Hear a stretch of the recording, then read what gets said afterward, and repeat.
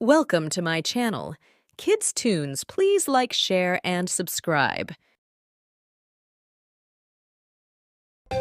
एक नगर में एक धनी व्यापारी रहता था। उसका नाम था डेविड। डेविड की 2 बेटियां थीं। डेविड की बड़ी बेटी का नाम एडलिना और छोटी बेटी का नाम कैरीना था। कैरीना बहुत ही सुंदर थी, जिस वजह से एडलिना उससे बहुत जलती थी। डेविड के जीवन में सब बहुत अच्छे से चल रहा था। एक दिन रॉबिन उसके घर आया। उसको देखते ही डेविड ने कहा, अरे रॉबिन, क्या हो गया? तू इतना परेशान क्यों है? मालिक, गजब हो गया, हमारे सारे जहाज डूब गए। ऐसा कैसे हो सकता है? मालिक, सब बर्बाद हो गया। अब हम क्या करेंगे? तू परेशान मत हो, घर जा, हम कुछ ना कुछ जरूर करेंगे। डेविड रॉबिन को तो ये कहकर भेज देता है, लेकिन वो खुद बहुत परेशान हो जाता है कि वो अपना गुजारा कैसे करेगा। ऐसे ही करते करते कई दिन बीत गए और डेविड का बचा हुआ सारा पैसा खत्म हो गया।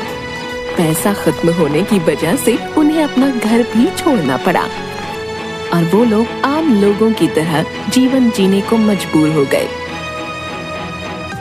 एक दिन एडलिना घर में घुसते हुए उसे चोट लग जाती है। मर गई। इस घर के तो दरवाजे भी इतने छोटे हैं कि बिना झुके तो कोई अंदर ही नहीं जा सकता। क्या हुआ एडलिना? क्या हुआ? आप तो रहने ही दो। आपकी वजह से ही हमें ये दिन देखना पड़ रहा है। मुझे माफ कर दो, मैं तुम लोगों के लिए कुछ नहीं कर पा रहा हूँ। रहने दो, ये सब बोलने की कोई जरूरत नहीं है। एडलिना इसी तरह अपने पिता को भला बुरा कहती रही, लेकिन कैरीना अपने पिता की परेशानी समझती थी और हमेशा उनके साथ खड़ी रहती थी। लेकिन अपनी बड़ी बेटी की ऐसी बातें सुन सुनकर वो तनाव में रहने लगे। एक दिन, दीदी, मैं जंगल जा रही हूँ लकड़ी लाने, आप पिताजी का ध्यान रखना। हाँ ठीक है, जा और जल्दी आ जाना, खाना भी बनाना है। हाँ दीदी, ठीक है। इतना कहकर कैरीना जंगल की तरफ जाने लगी। थोड़ी ही देर में वो जंगल पहुंच गई और लकड़ियां काटना शुरू कर दिया। लकड़ियां काटते काटते कैरीना को शाम हो गई। कैरीना जैसे ही लकड़ियां उठाकर घर के लिए निकलने ही वाली थी कि तभी बहुत तेज बारिश होने लगी। वो बारिश से बचने के लिए एक पेड़ के नीचे खड़ी हो गई और बारिश रुकने का इंतजार करने लगी, लेकिन बारिश बंद नहीं हुई। वो इधर उधर देखने लगी और मन ही मन सोचने लगी, ये बारिश को भी ना अभी होना था। अब मैं घर कैसे जाऊंगी? अब तो रात भी हो गई है, अब तो घर जाना भी खतरे से खाली नहीं। वो इधर उधर देखने लगी, तभी उसे थोड़ी दूर पर रोशनी जलती हुई दिखाई दी। कैरीना बिना देरी किए उस तरफ जाने लगी और थोड़ी ही देर में वहाँ पहुँच गई और देखती है कि उसके सामने एक सुंदर महल है। वो उस महल की खूबसूरती को देखती ही रह गई। वो महल के अंदर जाती है और कहती है, कोई है क्या यहाँ? उसने बहुत आवाज लगाई, लेकिन कोई नहीं दिखा। महल के अंदर पहुंचकर उसने फिर से आवाज लगाई, लेकिन कोई नहीं आया। कैरीना पूरे महल को देखने लगी। कैरीना अपने घर से सुबह से निकली हुई थी, इसलिए उसे भूख लग रही थी। वो जैसे ही आगे बढ़ी तो उसने देखा कि एक टेबल लजीज खानों से सजी हुई है। वो खाने को देखकर बहुत खुश हो गई और खाना खाने लगी।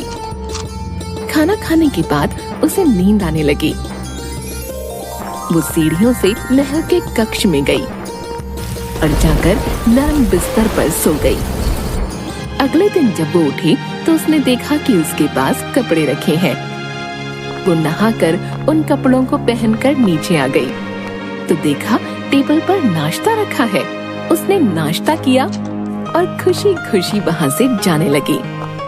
तभी उसने गुलाबों का बगीचा देखा। अरे वाह, कितने सुंदर गुलाब हैं। चलो एक गुलाब ले लेती हूँ। उसने गुलाब तोड़ने के लिए जैसे ही हाथ आगे बढ़ाया, उसे एक डरावनी हंसी सुनाई पड़ी।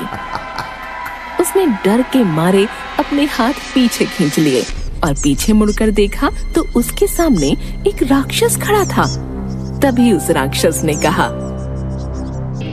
एहसान फरामोश, मैंने तुम्हें इस महल में रहने दिया, खाने के लिए लजीज खाना दिया, सोने के लिए नरम बिस्तर दिया, और मेरे इन एहसानों के बदले मुझे धन्यवाद देने के बजाय तुम मेरे बगीचे से फूल चुरा रही हो। अब मैं तुम्हें जीवित नहीं छोड़ूंगा। राक्षस की बातें सुनकर कैरीना डर गई और रोने लगी। उसने रोते रोते कहा, मुझे माफ कर दो, मैं ऐसा कभी नहीं करूंगी, जैसा कहोगे मैं वैसा करूंगी। कैरीना रोते हुए बहुत सुंदर लग रही थी। वो राक्षस कैरीना से अपनी नजर नहीं हटा पा रहा था। तभी उस राक्षस ने कहा, ठीक है, मैं तुम्हारी जान नहीं लूंगा, लेकिन तुम्हें जिंदगी भर इसी महल में रहना होगा। कैरीना अपनी जान बचाने के लिए हाँ कर देती है। कैरीना उस राक्षस से बहुत डर रही थी, लेकिन राक्षस का कैरीना के प्रति व्यवहार बहुत अच्छा था। उसने कैरीना को बहुत सारे नए कपड़े दिए, गहने दिए। वो उसका बहुत ख्याल रखने लगा, जिससे धीरे धीरे कैरीना का डर खत्म हो गया। शुरू में राक्षस चुपचाप दूर से कैरीना को देखा करता था, और फिर धीरे धीरे उसने उससे बातें करना शुरू कर दिया। कैरीना को भी राक्षस से बात करना अच्छा लगने लगा। दिन गुजरते रहे और दोनों बहुत अच्छे दोस्त बन गए। धीरे धीरे राक्षस को कैरीना से प्यार हो गया। एक दिन उसने कैरीना से कहा, कैरीना, मैं तुमसे प्यार करने लगा हूँ, मैं तुमसे शादी करना चाहता हूँ। राक्षस की ये बात सुन कैरीना सोच में पड़ गई कि वो इस बदसूरत राक्षस से कैसे शादी कर सकती है, लेकिन वो उसकी भावनाओं को भी ठेस नहीं पहुंचाना चाहती थी। उसने बहुत सोचते हुए उत्तर दिया, मैं अभी तुम्हारे इस प्रश्न का उत्तर नहीं दे सकती। राक्षस कैरीना के मन की बात समझ गया और उसने फिर इस विषय में कभी कैरीना से कुछ नहीं कहा। दिन गुजरते गए। एक दिन कैरीना बहुत उदास बैठी थी। कैरीना को उदास देख राक्षस ने उससे पूछा, क्या हुआ कैरीना, तुम इतनी उदास क्यों हो? मुझे मेरे घर वालों की बहुत याद आ रही है। राक्षस ने कैरीना को दुखी देखकर उसे एक जादुई आईना दिया और कहा, इस जादुई आईने में तुम जब चाहो अपने घर वालों को देख सकती हो। कैरीना ने उस जादुई आईने में देखा कि उसके पिता की तबीयत बहुत खराब है। वो अपने पिता की हालत देख रोने लगी। उसने राक्षस से कहा, मुझे मेरे पिताजी से मिलना है, मुझे जाने दो ना, मैं वापस आ जाऊंगी। राक्षस कैरीना की आंसू देखकर पिघल गया और उसने कैरीना से कहा, ठीक है, मैं तुम्हें जाने दूंगा, लेकिन एक शर्त पर। तुम्हें 2 दिन में वापस इस महल में आना होगा। ये लो अंगूठी, जब भी तुम इस अंगूठी को उतारोगी, खुद को तुम इस महल में पाओगी, लेकिन अगर तुम नहीं आई तो मैं मर जाऊंगा। चलो, अब तुम सो जाओ। कैरीना निश्चिंत होकर सो गई। जब वो अगले दिन उठी तो खुद को उसने अपने पिता के घर पाया। कैरीना को देखकर उसके पिता बहुत खुश हुए और उससे पूछने लगे कि वो कहाँ थी। कैरीना ने अपने पिता को सारी बात बताई। अपनी बेटी की खैरियत देखकर उसके पिता की हालत सुधर गई। एक दिन तो निकल गया, लेकिन दूसरे दिन कैरीना को उस राक्षस की याद आने लगी। उसके पास बस एक ही दिन बचा था। वहीं इधर एडेलिना कैरीना की खुशी देख नहीं पा रही थी और उसे रोकने के लिए वो रोने का नाटक करने लगी ताकि कैरीना रुक जाए और महल वापस न जाए और राक्षस को कैरीना पर गुस्सा आ जाए। कैरीना एडेलिना को रोता देख बाहर रुक गई।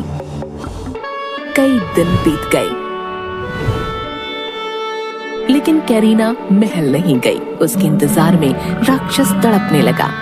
एक रात कैरीना ने सपना देखा कि राक्षस की मृत्यु हो गई है।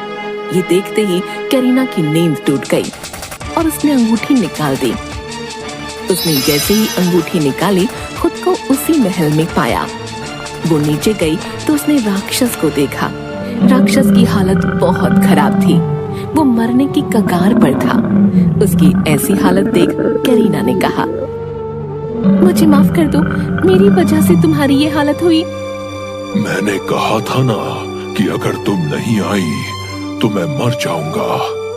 ऐसा मत कहो, मुझे छोड़कर मत जाओ, मैं तुम्हारे बिना नहीं रह पाऊंगी, मैं तुमसे बहुत प्यार करती हूँ। करीना ने जैसे ही ये कहा, एक चमत्कार हुआ। वो राक्षस एक सुंदर राजकुमार में परिवर्तित हो गया। ये देखकर करीना ने कहा, कौन हो तुम? मैं वही हूँ जिससे तुम प्रेम करती हो। मुझे एक जादूगरनी ने श्राप दिया था, जिस वजह से मैं राक्षस बन गया था। और ये श्राप तभी टूटता जब कोई मेरी बदसूरती के बाद भी मुझसे सच्चा प्यार करता। आज तुम्हारे सच्चे प्यार के कारण ये श्राप टूटा है। करीना उसे देखकर बहुत खुश हुई और दोनों ने शादी कर ली और खुशी खुशी रहने लगे।